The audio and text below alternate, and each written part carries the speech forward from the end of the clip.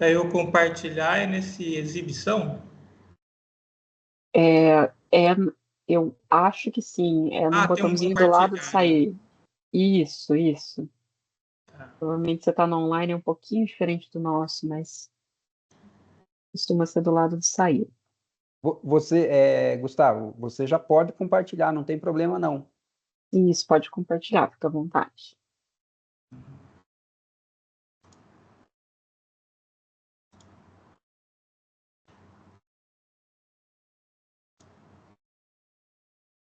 Perfeito. Perfeito.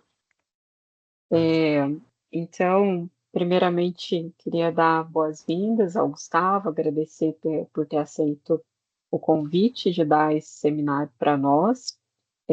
Hoje a gente está aqui com os alunos, principalmente do PPGDE. A UEL tinha um outro compromisso paralelo, então, basicamente, são os nossos alunos da pós-graduação, mestrado e doutorado, Gustavo, que estão aqui para prestigiar seu seminário, além de alguns professores da nossa pós-graduação. Então, primeiro, muito obrigado por ter aceito o convite. O professor Eduardo foi quem sugeriu o seu nome, né? Falou que são amigos, então ele sugeriu o seu nome para esse seminário. E o próprio professor Eduardo sugeriu o professor Júnior para fazer a condução da moderação desse seminário. Então, eu passo agora a palavra para o professor Júnior para conduzir os seminários. Obrigada, Júnior. Obrigada, Eduardo. Obrigada, Gustavo. Obrigada, Kênia. Boa tarde, professor Gustavo. Né, acredito que a última vez que nos vimos foi em 2019, lá no IE. É muito bom revê-lo, né? Espero que esteja tudo bem. Então, farei uma breve apresentação sua. Então, né, o professor Gustavo Ágil, ele é professor do Instituto de Economia da Unicamp, trabalha com microeconomia, teoria dos jogos, matemática econômica, modelagem de sistemas complexos e economia no meio ambiente. Ele tem graduação em Ciências Econômicas pela FEA-USP, mestrado e doutorado em Ciências Econômicas pelo Instituto de Economia e também mestrado em Matemática Aplicada pelo IMEC Unicamp. As áreas de pesquisa do professor Gustavo são teorias dos jogos, teoria da tomada de decisão e escolha social, teoria monetária, teoria do crescimento e sua ligação com a economia ecológica. Antes, quero destacar, né, eu conheço o Gustavo lá do Instituto de Economia, a partir do professor Ademar Romero, que foi meu orientador no mestrado e doutorado, e nós acabamos, né, desenvolvendo uma parceria, cujo resultado foi a publicação de um capítulo de livro, cujo título é Macroeconomia Ecológica, Evolução e Perspectivas, que foi publicado no livro do professor Peter May, Economia do Meio Ambiente, Teoria e Prática.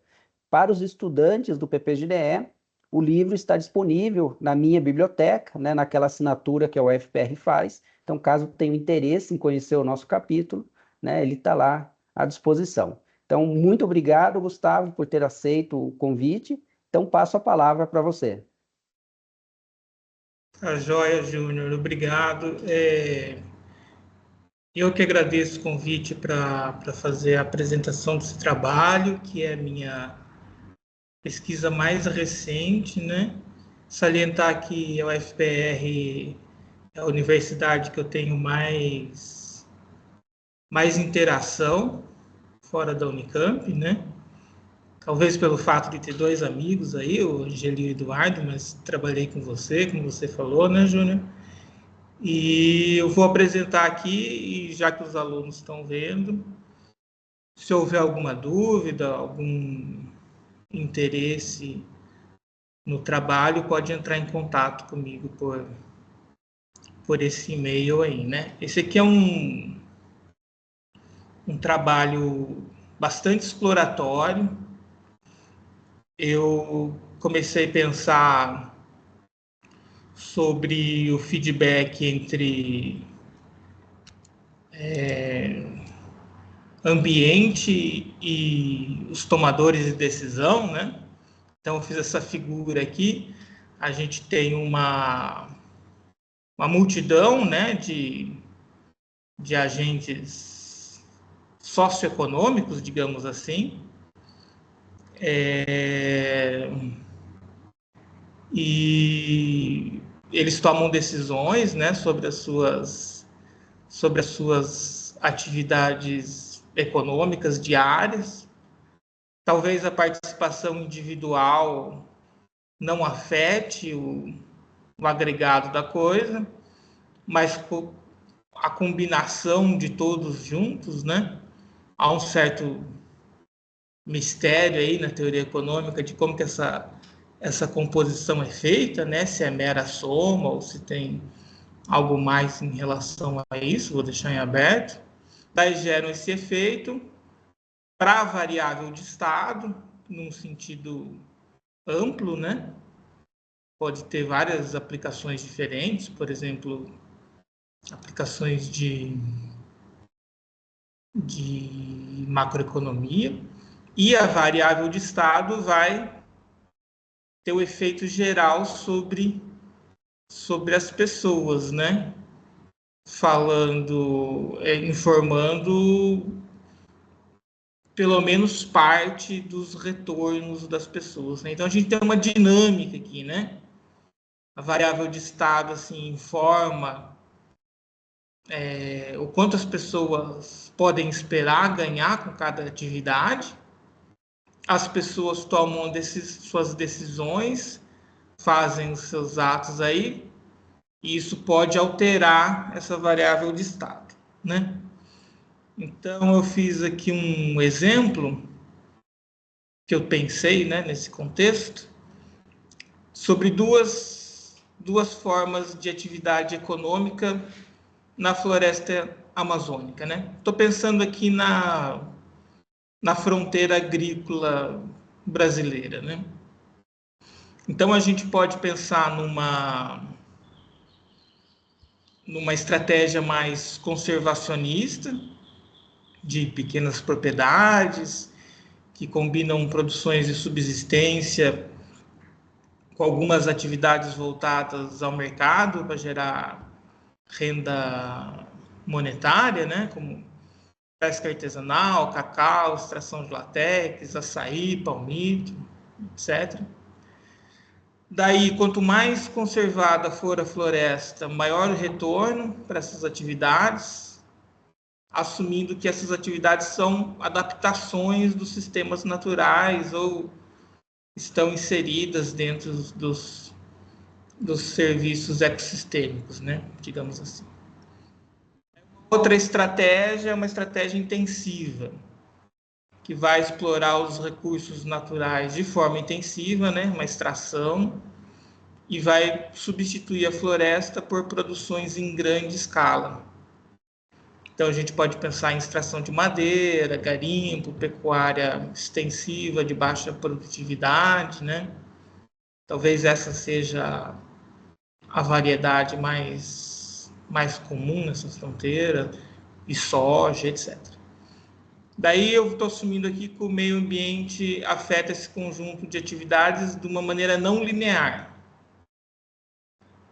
Ou seja, um ambiente bastante preservado vai implicar em maiores custos para esse tipo de atividade, porque vai estar mais distante dos centros de distribuição, fornecedores de insumos, vai ter menos infraestrutura de transporte, etc. E um ambiente bastante degradado, por outro lado, implica em menores níveis de serviços ambientais que também são úteis para essas atividades, né, como umidade, regulação da temperatura, etc. Né? Então, para essa daqui, a gente tem uma relação não linear, daí depois eu vou definir uma forma funcional. Daí eu quero modelar isso aqui como... Fazendo a pesquisa, né, eu descobri uma linha da teoria dos jogos evolucionários que tem pensado nesse tipo de problema, né, um feedback entre agentes e o ambiente, né.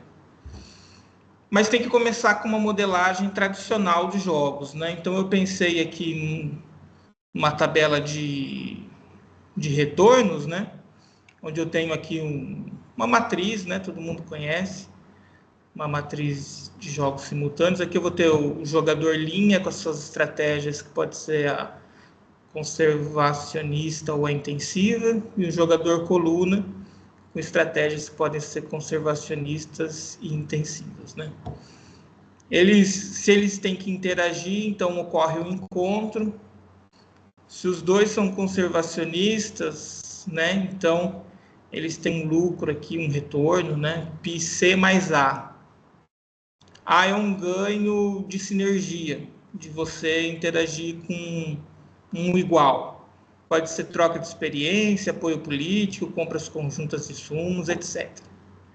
Se um conservacionista encontra um intensivista, um intensivo, eles têm um lucro que um afeta o outro, né? Então aqui é πC e πI, e aqui é o contrário, né? πI e πC.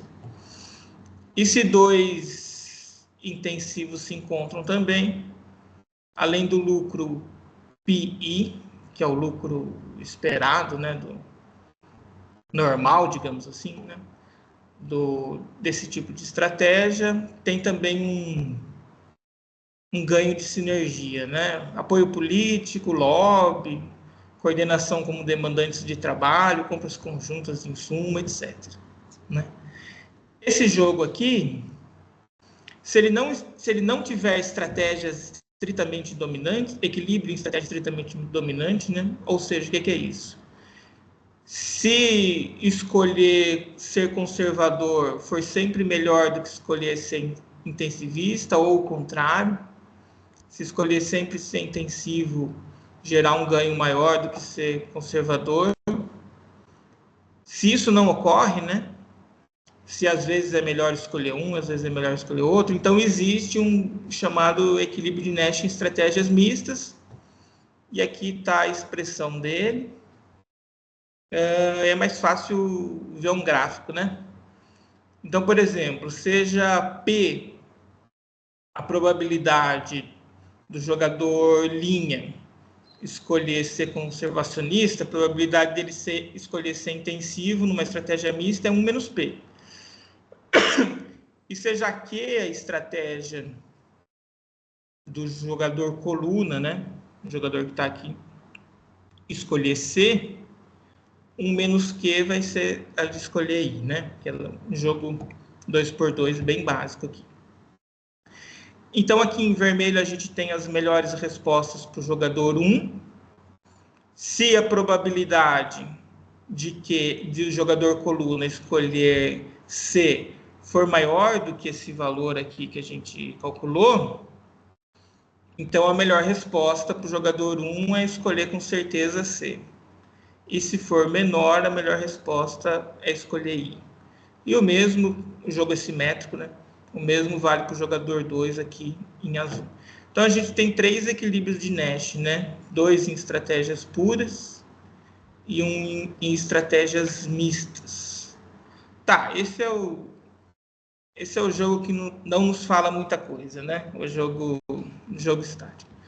Daí, desde lá dos anos 70, na biologia, foi criada uma linha da teoria dos jogos, né, como se sabe, chamada teoria dos jogos evolucionários, que vai tratar da evolução das populações de estratégias. Então, na teoria dos jogos evolucionários, você tem uma população muito grande, né?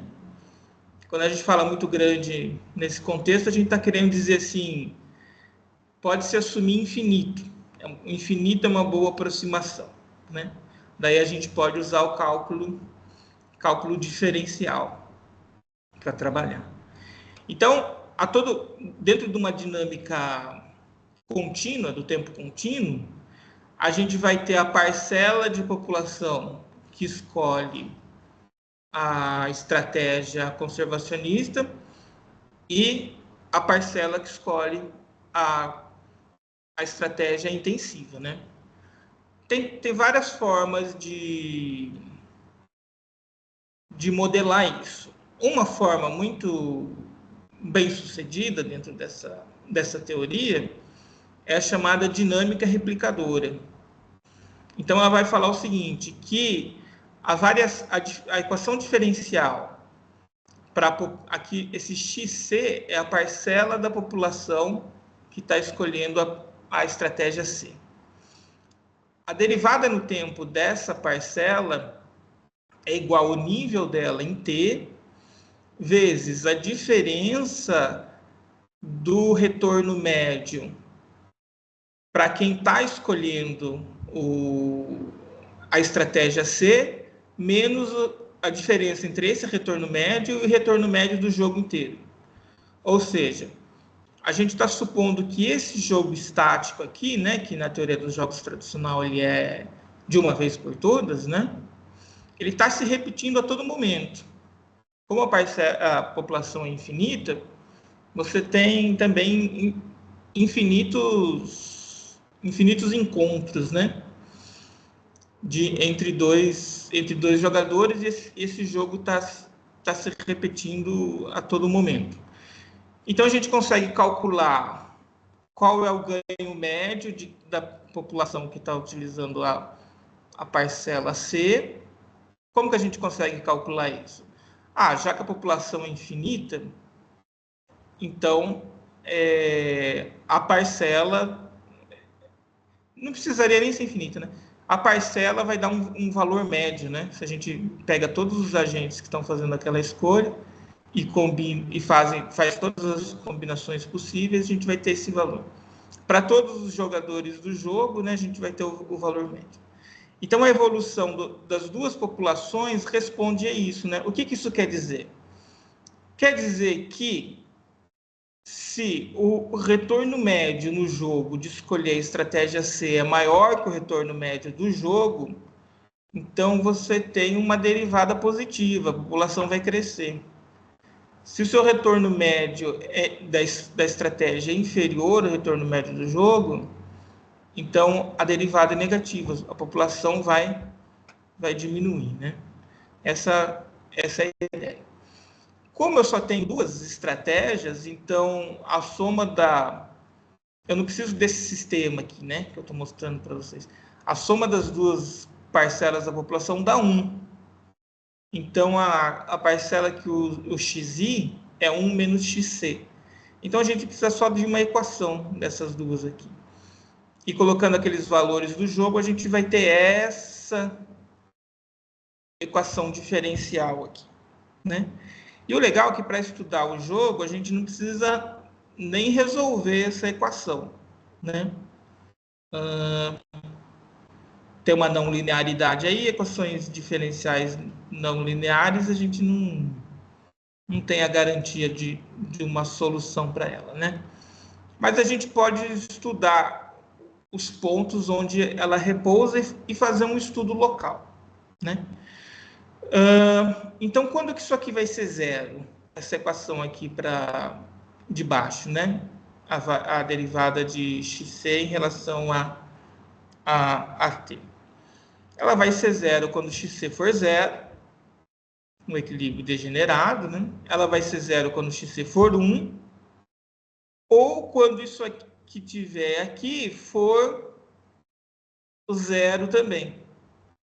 Isso aqui, essa parcela, a última parcela do lado direito aqui da equação vai ser zero exatamente no equilíbrio de Nash, né? Uma característica do jogo evolucionário é o chamado equilíbrio em estratégias... Desculpa. Equilíbrio evolucionariamente estável. O que significa esse equilíbrio? Significa o seguinte, que se eu tiver no equilíbrio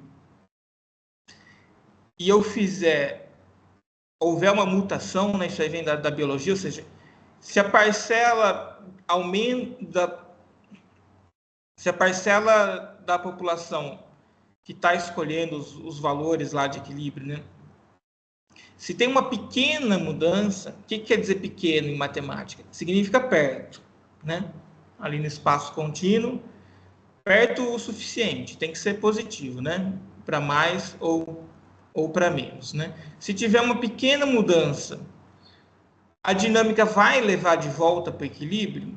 A gente consegue responder isso mais formalmente, né? Tem lá no artigo, mas intuitivamente, se a gente olhar aqui o equilíbrio de Nash em estratégias mistas, a gente vai ver que não, né? Se a probabilidade aumenta, né, acima do valor de equilíbrio, então a melhor resposta para todo mundo é ir para um equilíbrio degenerado, onde todos usam a estratégia conservacionista ou todos usam a intensivista, né? Se é um pouco maior que P, todos vão para a melhor resposta vai ser conservador. Se é menor que P, a melhor resposta é ser intensivista, né? Então a gente tem aqui um equilíbrio que não atrai, né? Ele não é estável, é um equilíbrio instável. Daí até agora eu não coloquei o meio ambiente aí respondendo, né? Eu tenho os meus agentes aí tomando as decisões como se o meio ambiente fosse passivo, né? Como se ele não reagisse a essas atividades. Então, pegando aqui uma equação tradicional da biologia, né? Uma equação de... Esse pauzinho aqui não é o I, é um L, tá? Ficou ruim aqui no LaTeX. Essa aqui é a equação da variável ambiental, né? Então, essa parte aqui é uma parte endógena, ou seja, eu tenho um nível de meio ambiente e aqui eu tenho uma capacidade de carga. Esse I é uma capacidade de carga. Se o recurso, a variável E, ultrapassa essa capacidade de carga, esse E sobre L aqui fica maior que 1, isso aqui fica negativo, né? Daí vai diminuindo. Se o E é menor que a capacidade de carga do espaço, né? Imagine, sei lá, um cardume de peixes. Né? Se cai a população, então isso aqui faz a derivada subir. Agora, aqui eu tenho uma parte exógena, né? Eu tenho uma equação por efeito tanto da atividade conservacionista quanto para a atividade intensiva, né?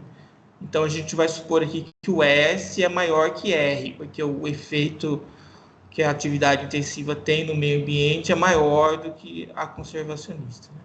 Esse Q aqui é um parâmetro para colocar no mesmo escala de tempo os efeitos das atividades econômicas para a atividade natural.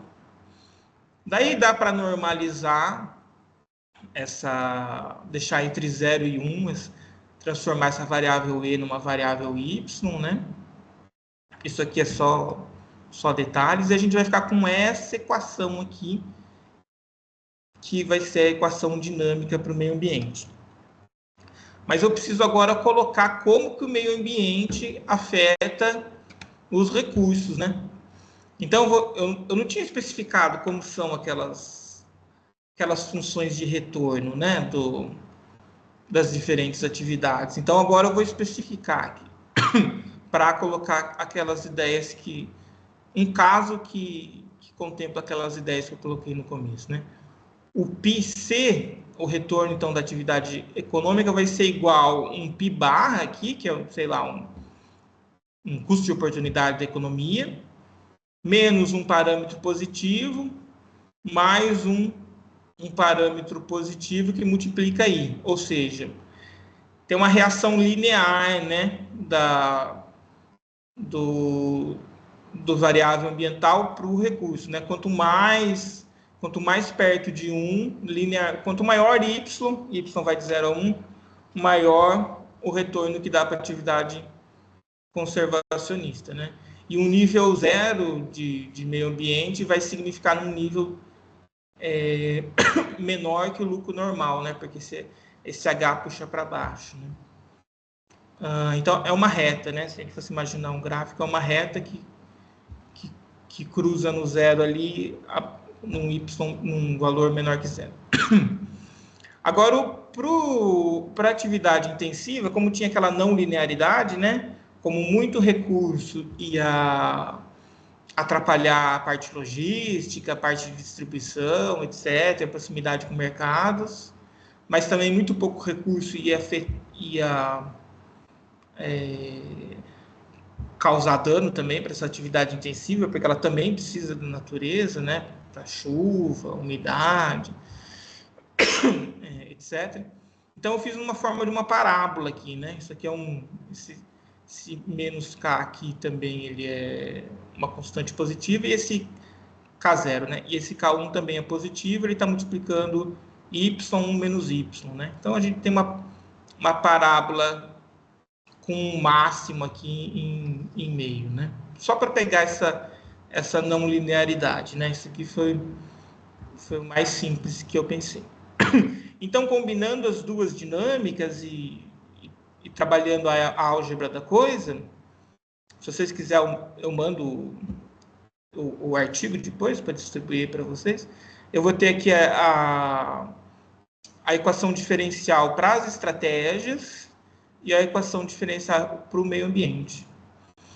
Esse parâmetro sigma aqui é um parâmetro que considera que o meio ambiente ele tem uma dinâmica mais devagar, né?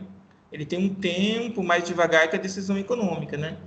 Suponha que a decisão econômica a gente tome de 6 em 6 meses, de ano em ano. A dinâmica da floresta é mais, assim, imperceptível até que você perceba, né? Ela vai mais devagar. Então, a gente coloca um parâmetro sigma aqui menor do que 0, né? Dá para complexificar isso aí do jeito que quiser. Daí eu fiz vários casos aqui, são 5 casos, né? Na verdade, são 3 casos e o terceiro ele tem 3 variações. Daí tem uma análise aqui dos pontos de equilíbrio. Eu vou tratar mais graficamente com vocês. O que são esses gráficos aqui? Ó? No eixo horizontal, eu tenho a parcela da população escolhendo a estratégia conservacionista. Então, vai de 0% a 100%, né? E no eixo vertical, eu tenho o valor da variável ambiental. Quanto maior esse valor, mais conservado é o ponto, né? Isso aqui é um retrato de fase. O que são essas setinhas aqui? Se você pega um ponto e você vai calcular ali, né? Eu tenho aqui a derivada de x, c em relação ao tempo e derivada de y em relação ao tempo.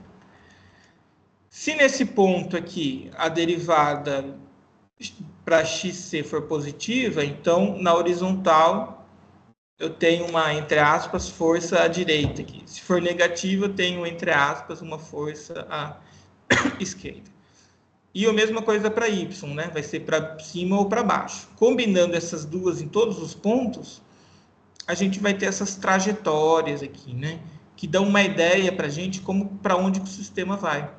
Então, se você começar em algum desses pontos, é só seguir a reta aqui para ver onde leva, né? Nesse primeiro caso, eu tenho um equilíbrio aqui, um daqueles pontos, um zero aqui, mas é um ponto de sela. Para qualquer lugar, é um repulsor, né? Para qualquer lugar que começar essa trajetória, ela vai levar para a população escolhendo a estratégia conservacionista, e isso vai deixar o meio ambiente no seu máximo, né? Então, esse é o primeiro caso. Num segundo caso, mudando os parâmetros, né? Eu vou ter... desculpa, isso aqui não é um ponto de sela, né? Isso aqui é um repulsor. O ponto de sela está aqui. Ou seja, para alguns casos, eu vou ter uma bacia de atração para o equilíbrio 1,1, e para alguns casos eu vou ter bacias de atração nessas partes aqui que eu tendo para cá para o 0,0, né? Ou seja, todo mundo escolhendo a atividade intensiva e o meio ambiente ficando no seu pior nível, né? Então, para os parâmetros do caso 2, a dinâmica é diferente. Agora, para o caso 3, 4 e 5, eu tenho 2 equilíbrios internos. Isso que aquela não linearidade lá nos permite, né? E essa é uma das novidades. Dentro da literatura que eu li, não tinha nenhum caso com dois equilíbrios externos, né? Então, aqui eu tenho um ponto de cela e aqui eu tenho um tipo de atrator que é circular, né? Pode se chamar de vórtice, por exemplo, né? Então, olha só, todos esses caminhos aqui levam para o equilíbrio 1,1. Aqui eu tenho a cela, vai ter algum... E daí os caminhos vão levar para esse vórtice aqui. Nesse vórtice coexistem, né, um pouquinho de população escolhendo a estratégia conservadora, mas a maior parte escolhendo a estratégia intensiva, e o nível do meio ambiente baixo, né? Aqui, mudando só um parâmetro, eu vou ter a mesma aparência, só que em vez de ser um vórtice atrator, eu tenho aqui um chamado ciclo limite. O que é um ciclo limite? Eu tenho aqui um desses ciclos, se eu começar exatamente em cima dele, ele vai ficar girando, né, no mesmo ponto. Então, ele não vai atrair para o centro, ele vai ficar girando. Se eu começar dentro desse ciclo, ele é estável, ele vai tender ao ciclo. E se eu começar fora aqui, ele vai tender o ciclo, né? Então, eu tenho esse comportamento. E aqui eu tenho a cela, né? Tem alguns lugares que vão para o 1 também. E esse aqui é um repulsor, olha, eu tenho o vórtice aqui, mas ele vai mandando para fora. Aqui manda para fora e vai eventualmente para o 1,1, né? Então, esse aqui é o mais instável, eu diria assim, né? Ele não vai para o 0,0, mas aqui pode ficar girando, né? Bom, encaminhando aí para o final, mas ainda tem um pouquinho, quais são críticas comuns para os modelos em jogos evolucionários? O primeiro é que essa ideia de população infinita ou muito grande pode ser uma hipótese útil em alguns contextos, como, por exemplo, na biologia, né? Se você tiver ali um número de, sei lá, microbiologia, né? Você tiver um número, uma população, sei lá, de uma infecção muito grande, então tudo bem, né? Usar infinito é uma boa aproximação.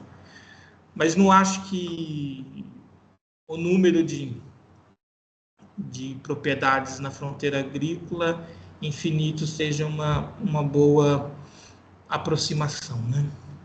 Dinâmica no tempo contínuo. Essa aqui não...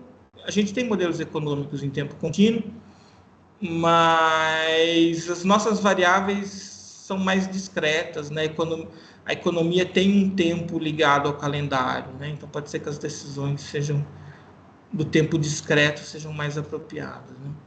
E eu acho que uma crítica à população infinita é uma crítica forte e um problema forte, e outro problema é tentar explicar, porque os jogos evolucionários eles nasceram na biologia, né, numa lógica assim, darwiniana, né, de seleção. Então você tem ali um encontro entre duas estratégias e que dois comportamentos ou dois fenótipos, dois genótipos, não sei, qualquer coisa aí da biologia. E o que vai ter vantagem vai ter uma probabilidade maior de se reproduzir, né? É essa a ideia por trás lá.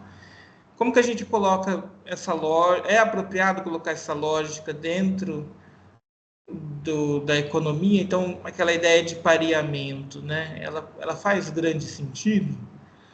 Daí, pensando nesses problemas, eu falei assim, vou construir um modelo de simulação computacional, né? Então, eu fiz um modelo baseado em agentes, em que eu pudesse colocar um número finito e baixo de agentes, número de agentes que vocês quiserem. Eu trabalhei com 200, por exemplo.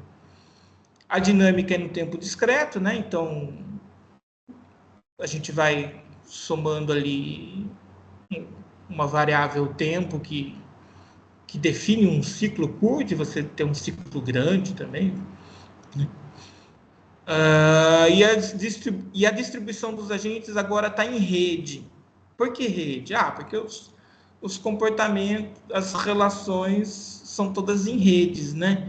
Por exemplo, a minha rede pessoal tem meus amigos aí no Paraná, né? O Felipe mandou uma mensagem para mim falando que eu não nomeei ele como amigo, mas é mentira, eu acho que eu falei sim. Então eu estou participando aqui, né? Vocês fazem parte da minha rede, eu faço parte da rede de vocês, né? É mais do que o acaso, né? Quando você vai no mercado de trabalho, né? As pessoas têm pessoa que é demitida, como que ela arruma um novo trabalho, né? É um pouco diferente de como está ali no manual de microeconomia, né? Que tem um mercado bem organizado, né? A gente manda mensagem para os amigos, para os conhecidos, tem até as plataformas de rede, né? Tipo LinkedIn. Então, aqui eu pensei que os agentes, eles têm uma rede, né? Então, tá numa certa rede. E eu construí esse modelo, eu não coloquei mais detalhes deles aqui, para quem quiser também, eu posso mandar o artigo.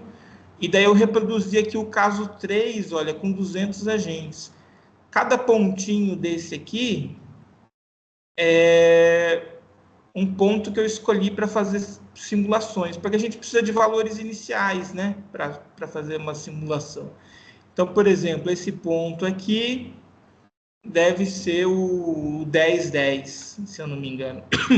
10% da população com a estratégia conservadora e o meio ambiente no nível 0,1.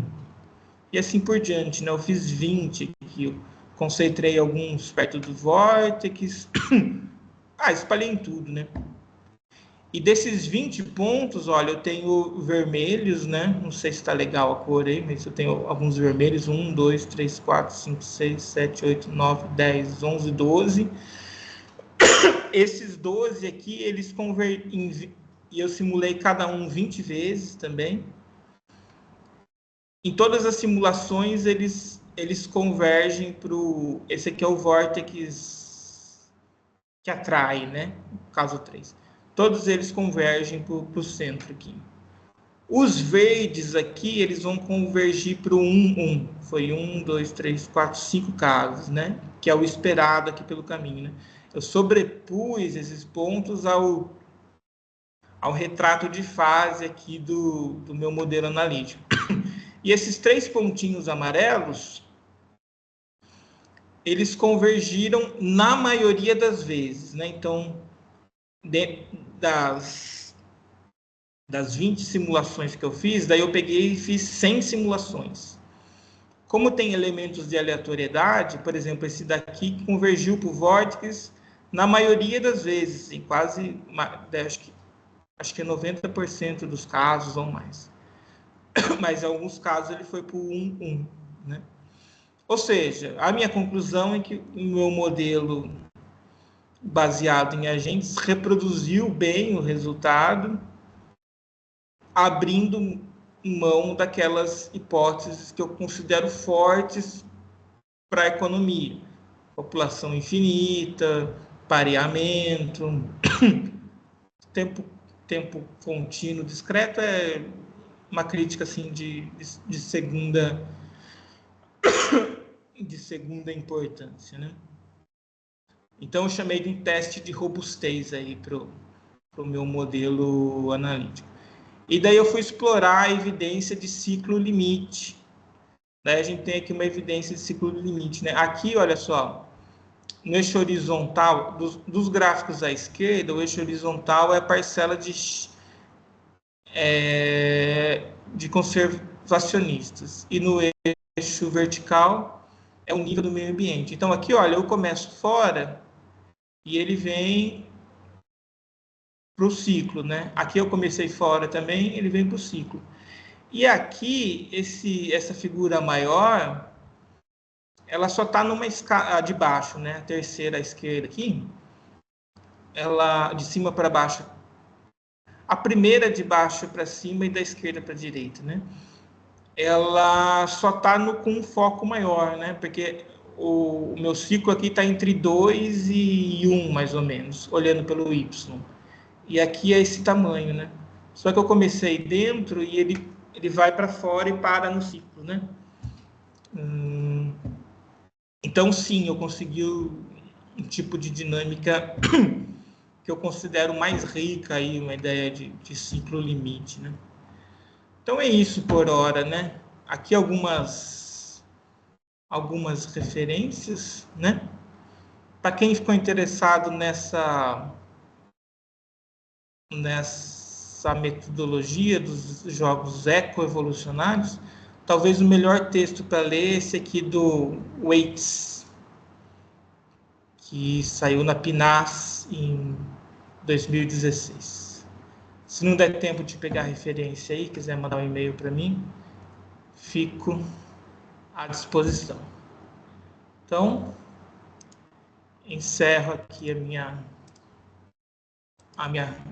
apresentação inicial. Muito obrigado, Gustavo. Foi excelente. Também um tempo muito bom, que deixa um espaço para o pessoal conversar com mais tranquilidade. Antes, né, de eventualmente eu fazer algum comentário, né, vou passar para os nossos estudantes. A prioridade é sempre, né, os estudantes, embora, né, temos os convidados, né, que estão aqui, o Eduardo, o professor Eduardo e o professor Felipe. Caso eles queiram fazer alguma observação, um comentário, também podem furar a fila aí dos estudantes. Mas passo a palavra aos estudantes.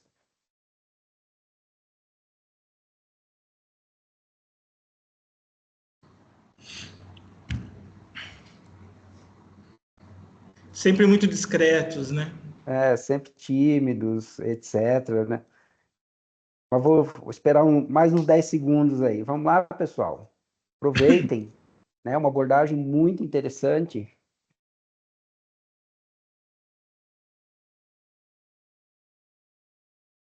Tão tímidos.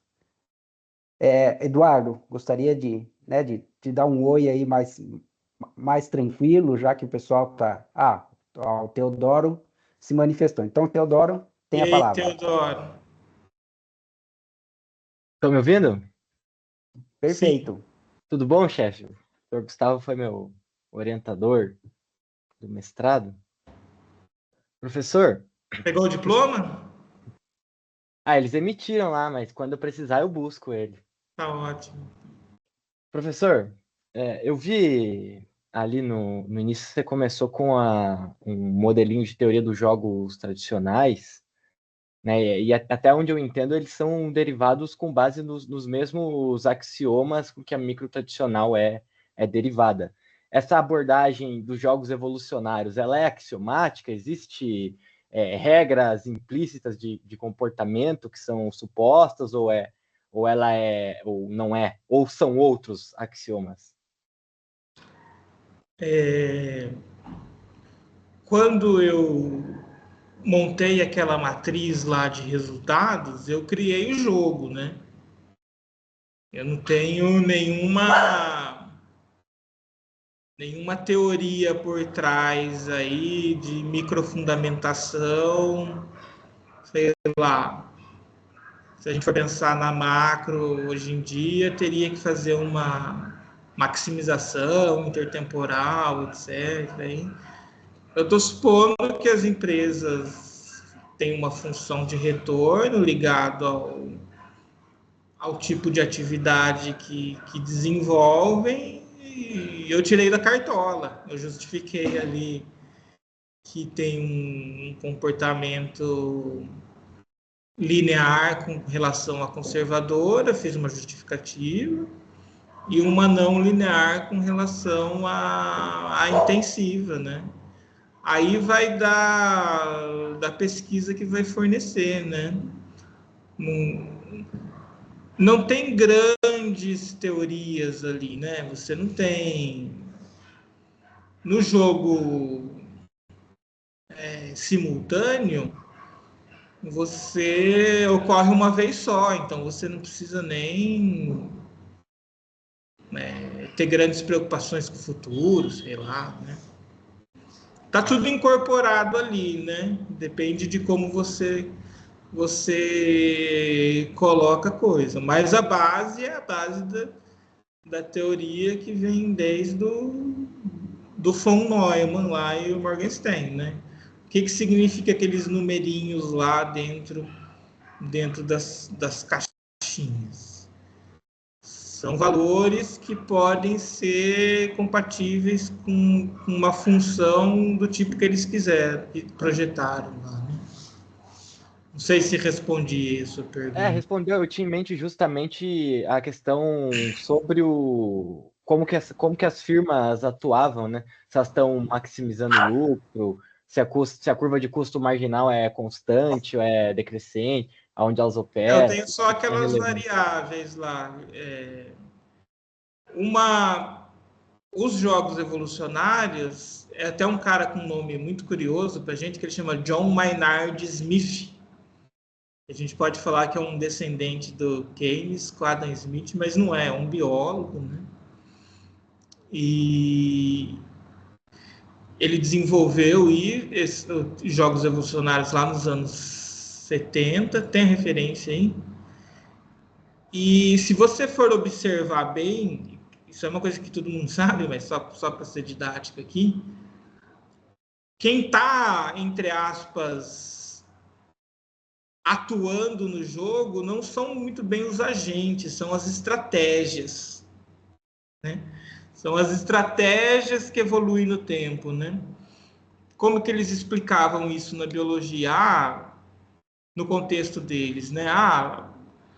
Tem a vida lá do ser vivo, ele vai interagir com o outro, vai morrer e vai ter uma reprodução assexuada. E daí tem uma probabilidade de nascer igual ele e uma probabilidade complementar de nascer com a outra estratégia. É daí que vem, né, a dinâmica.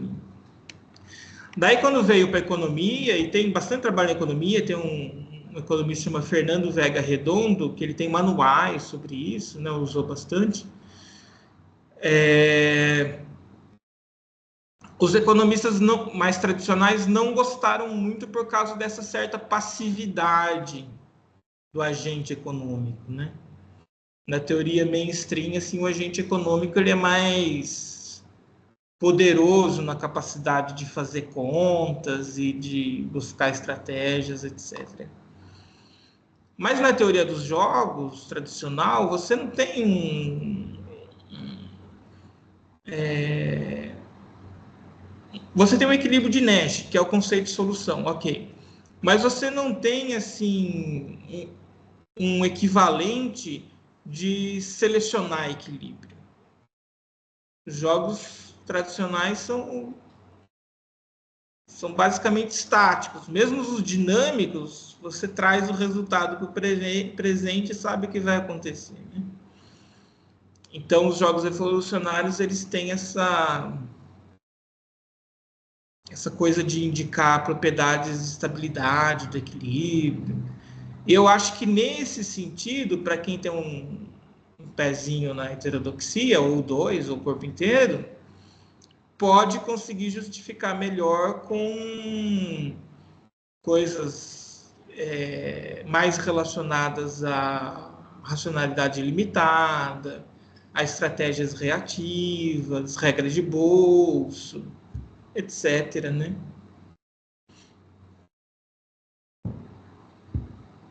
Beleza? Muito obrigado, Obrigado, professor.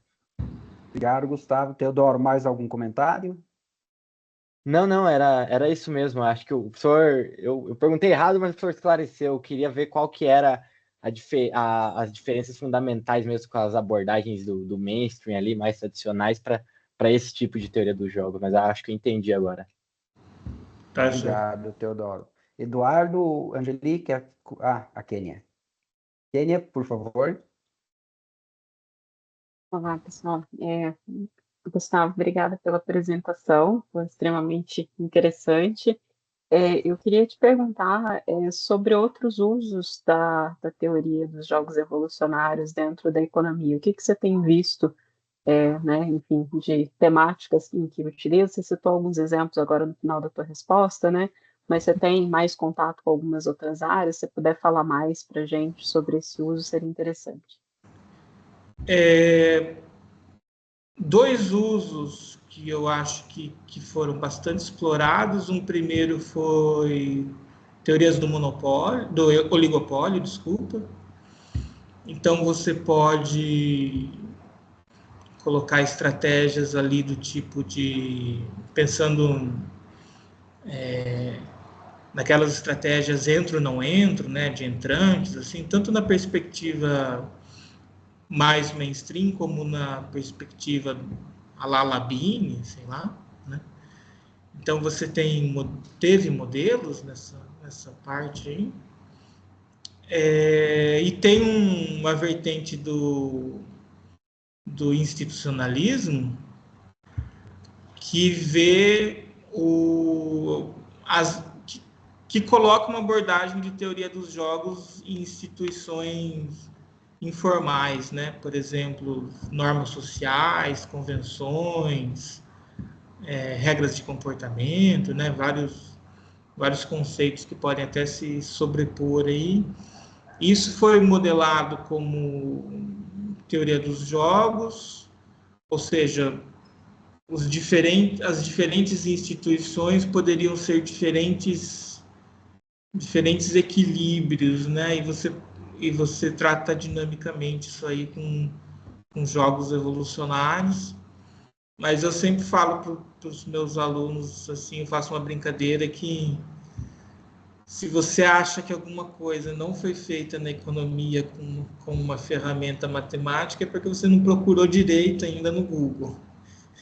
Então deve ter muita coisa aí, né? Eu acho que esses dois casos são mais importantes, né?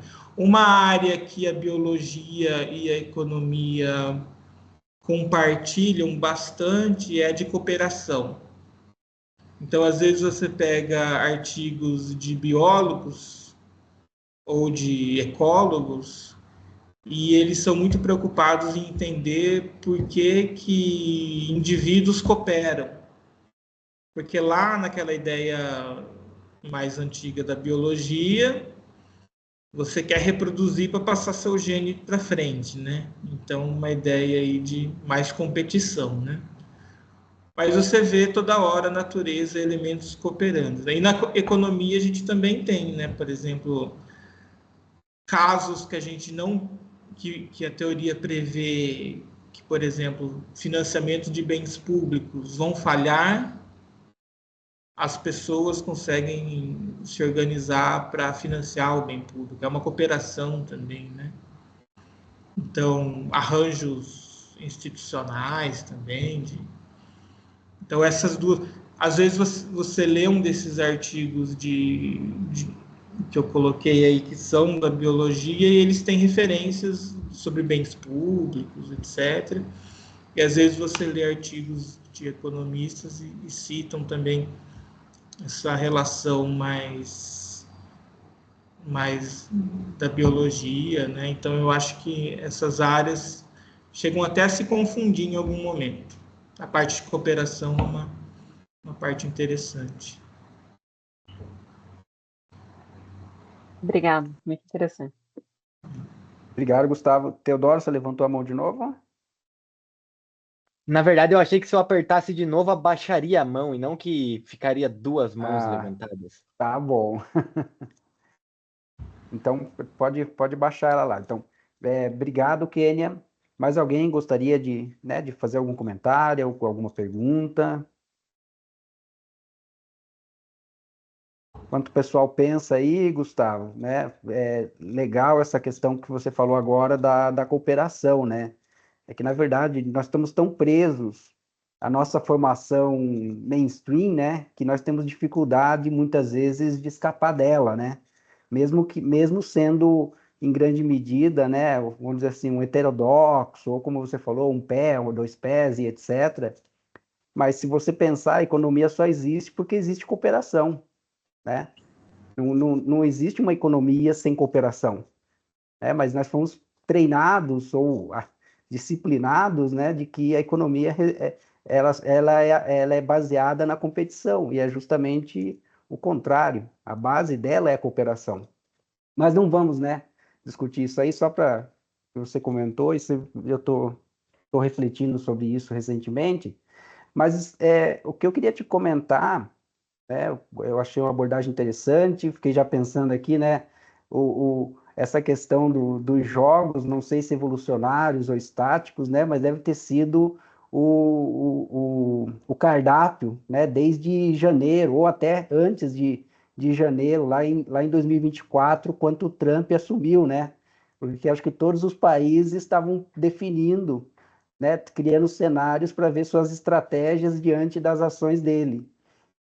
E eu mesmo, né, só que talvez não tão, não tão explícito, né, e aí eu queria que você comentasse um pouco, mas eu vou emendar com um outro comentário, né, eu entendo que essa estratégia, né, ela também é importante para nós discutirmos, né, dentro das COPs, né, os compromissos, né, então utilizar, né, a teoria dos jogos evolucionários, né, como um instrumento para auxiliar, né, vamos dizer assim, identificar determinadas trajetórias possíveis, né, não vou nem falar trajetórias desejáveis ou trajetórias possíveis para tentar sair dessas COPs com algum avanço, né, porque ultimamente nem isso estamos conseguindo. Então, queria que você comentasse um pouco se você identificou já, né, algum estudo ou alguma discussão, né, sobre o uso nas questões climáticas, nas negociações. E a segunda, eu vou falar para você que é uma reflexão para você, não é uma crítica, né? Cada um monta a apresentação. Eu vou falar para você que eu senti um pouco da falta da Amazônia aí. Eu esperava que depois do modelo você viesse talvez com uma, né, com uma aplicação, no caso da Amazônia, com alguma reflexão associada, vamos dizer assim, muito mais empírica, tá bom? Por conta, né, dos dados. E eu falo isso pelo seguinte, né?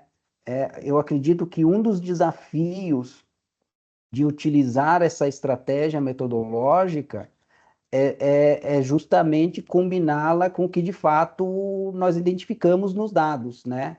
E por que eu estou falando isso? Eu acredito que você conheça os dados do MAP Biomas, e há alguns anos, não muito, acho que uns 2 anos, não lembro agora exatamente, eles lançaram uma plataforma muito interessante, que é uma plataforma que faz um monitoramento de todo o território brasileiro em tempo real do desmatamento.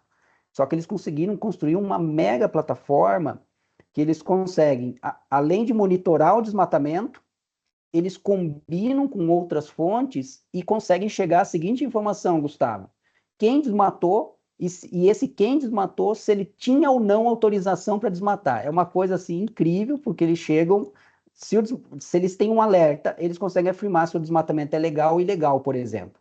E se o desmatamento é ilegal, o próprio sistema ele emite um alerta, e o sistema, o nome dele é alerta, ele manda um alerta para as instituições competentes. Então, vamos supor que as instituições competentes são municipais, ele vai enviar para o município o alerta para o município tomar uma decisão. Se são estaduais, estaduais, se são federais, são, e se são mistas, vai mandar para todo mundo. É incrível o sistema. E qual que foi um dos primeiros resultados que eles chegaram que chamou a atenção? E apenas 2% do desmatamento ilegal ele ocorria dentro de propriedades rurais.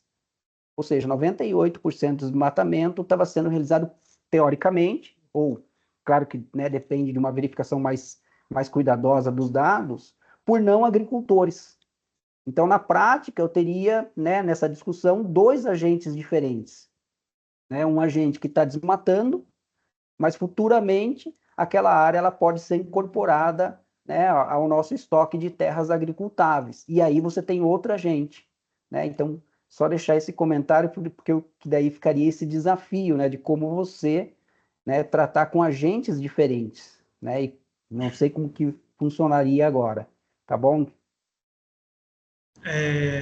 Só recuperando um pouco, para quem tem interesse na metodologia dos jogos evolucionários, tem um capítulo no livro do Samuel Bowles, de microeconomia, que ele coloca bem no contexto assim. Daí, Júnior, eu sou um cara que acredita na divisão do trabalho. A minha parte é a teoria, né? Daí vocês dos dados pegam o que eu fiz, transforma, cria, põe em cima, fica à vontade. Confesso que eu gosto mais de trabalhar desse jeito. Mas a ideia ali dos intensivos pode ser assim, aquele cara que desmata, né? E que vai depois vira pasto degradado, fica para especular, é nesse sentido mais amplo. Então é por aí. Obrigado, Gustavo. Mas e sobre as mudanças climáticas, né, na sua revisão, na sua, né, consulta dos materiais, no que você está acompanhando, você viu alguma coisa de aplicação? Não, eu dirigi mais para economia matemática mesmo, viu, Júnior? Eu estou indo para uma especialização que é o que eu gosto mais de teoria, né? Essa parte de mudança climática eu oriento, assim, fica mais a demanda. Uhum. Obrigado, Só Gustavo. um porém, eu tenho um teto de mais uns 5 minutinhos no máximo, eu esqueci de avisar vocês, não sei se atrapalha. Não, tranquilo, tranquilo. Caso alguém queira fazer um comentário último aí, nós temos 4 minutos para o Gustavo, mas eu Insistindo, agradeço. meu e-mail está lá para receber demandas de vocês. Mas novamente, obrigado, Gustavo. Agradeço a Eu que participação. agradeço, um prazer. Alguém gostaria de fazer um último comentário? Então, né, agradeço ao Gustavo, passo a palavra para a Kênia para fazer o encerramento. Ela é a coordenadora dos seminários. Então, muito bom revê-lo, mesmo que virtual, Gustavo. Espero voltar aí, né, para o IE para dar uma passadinha aí. A gente toma um café aí e conversa mais, tá bom? Tá joia. Obrigado. Tchau, tchau. Obrigada, Gustavo. Obrigado, Júnior. Foi um prazer poder receber você aqui virtualmente, Gustavo. E eu só queria avisar para o pessoal de seminários que na próxima semana o nosso seminário é presencial, vai ser com a Elisângela, que é aluna do nosso pós-doc. Então, a gente se encontra na próxima terça-feira, lá na sala 28. Obrigada pela participação Agradeço de todos novamente. e todas. Muito obrigado. Obrigado. Tchau, tchau. Obrigada, Tá, até obrigado. mais. Tchau, gente.